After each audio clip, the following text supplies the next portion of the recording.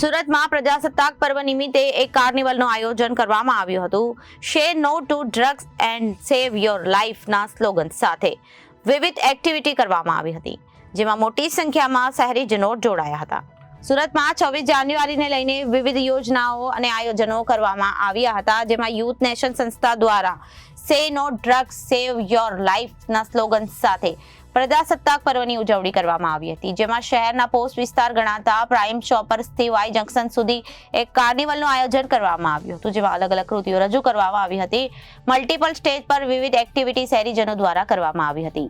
મારું નામ વિકાસ ચંપાલાલ દોશી છે। હું યુથ નેશન કરીને એક સંસ્થા છે એનો ફાઉન્ડર અને ડિરેક્ટર છું, જે છેલ્લા 10 વર્ષથી સુરત શહેરમાં ડ્રગ અવેરનેસનું કામ કરે છે। દર 26 જનવરીએ અમે એક પ્રોગ્રામ કરતા હોઈએ છીએ, એની અંદર 10,000થી લઈને 1 લાખ લોકો સામેલ થાય છે શહેરના।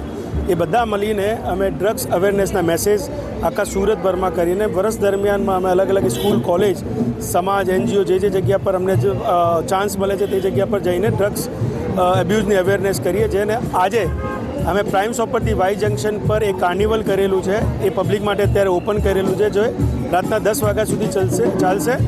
એની અંદર બહુ બધી એક્ટિવિટી છે, ખેલ છે, કૂદ છે, જમવાનું છે અને મલ્ટિપલ સ્ટેજીસ પર મલ્ટી સુરતની એક્ટિવિટીઓ છે।